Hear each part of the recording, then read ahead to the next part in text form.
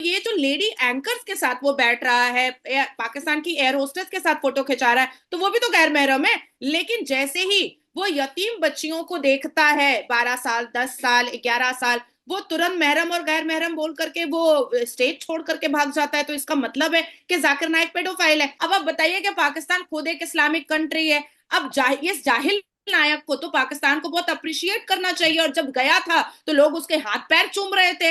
اب حالات ایسے آ چکے ہیں کہ روڈ پر لوگ اتر رہے ہیں اور کہہ رہے ہیں کہ بھیا اس کو بھگاؤ، یہ پورے ماحول کو خراب کر رہا ہے. شعیب، ان کو معذرت کئی باتوں پہ کرنی چاہیے اور ہاتھ جوڑ کر کے پاکستان کی بیٹیوں سے معافی مانگنی چاہیے، ان یتیم بچیوں سے معافی مانگنی چاہیے، کیونکہ جس حساب سے انہوں نے پاکستان کی بیٹیوں کو بازارو بننے کا مشورہ دیا ہے کہ اگر مرد نہ ملے تو دوسری بیوی بن جاؤ، تیسری بیوی بن جاؤ، اور اگر وہ بھی نہ ملے تو پبلک پراپرٹی بن جاؤ، بازارو بن جاؤ. تو مجھے لگتا ہے کہ ایسے ایسے اسلامک پریچر کو بھارت میں بھی بین ہونا چاہیے، اور پاکستان میں اگر واقع میں عزت دار مرد ہیں اور سنت رسول کو ماننے والے مرد ہیں تو امیڈیٹ جاہل لائق کو گٹر میں پھینکنا چاہیے.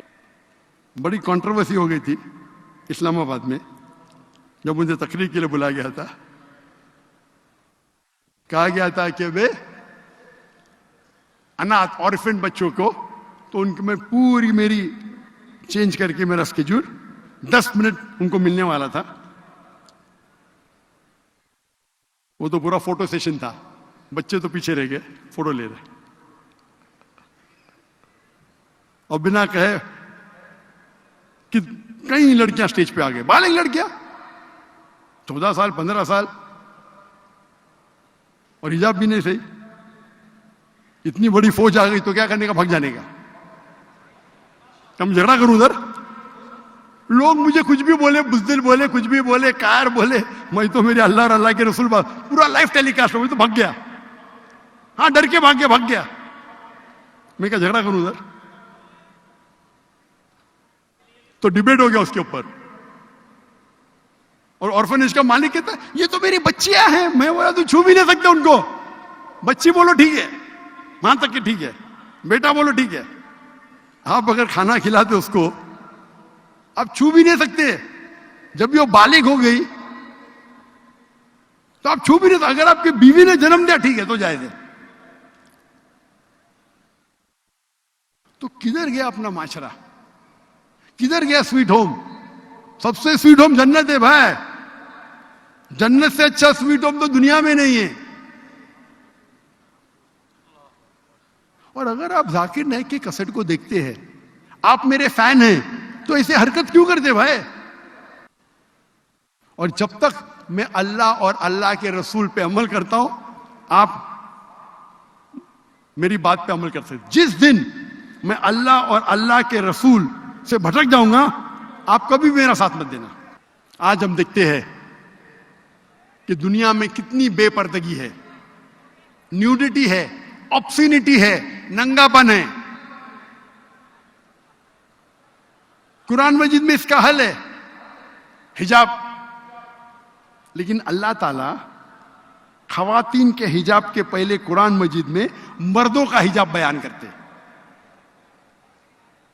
خواتین کے حجاب کے ایک آیت پہلے مردوں کا حجاب کا ذکر کرتا ہے اللہ تعالیٰ. سورہ نور سورہ نمبر 24 آیت نمبر 30. کہو مومن مرد سے کہ وہ اپنی نظر نیچے کر لے. کہو مومن مرد سے، مسلمان مرد سے، کیا وہ اپنی نظر نیچے کرے تو کیا وہ محفوظ رہے. نظر نیچے کرنا مطلب اگر آپ کوئی بھی خاتون کوئی بھی لڑکی کو دیکھتے ہیں اور اگر آپ کا دماغ بھٹکتا ہے تو آپ کو گزر بسر کرنا چاہیے. گزر بسر کرنا چاہیے. ایک مسلم تھا جو ایک لڑکی کو دیکھ کے گھور رہا تھا، تو اس کے دوست نے کہا آپ کیا کر رہے، لڑکی کو گھورنا حرام ہے. تو اس نے کہا ہمارے رسول آخری نبی صلی اللہ علیہ وسلم نے کہا کہ پہلی نظر معاف ہے، دوسری حرام ہے. میں نے تو آدھی نظر بھی پوری نہیں کیا. اس کا مطلب یہ نہیں کہ آپ لڑکی کو 3 منٹ بنا پلکے جھپکے دیکھو وداؤٹ بلنکنگ دا آئز اور بولو میری نظر ہی پوری نہیں ہوئی. اللہ کے رسول کا کہنا یہ تھا اگر انجانے میں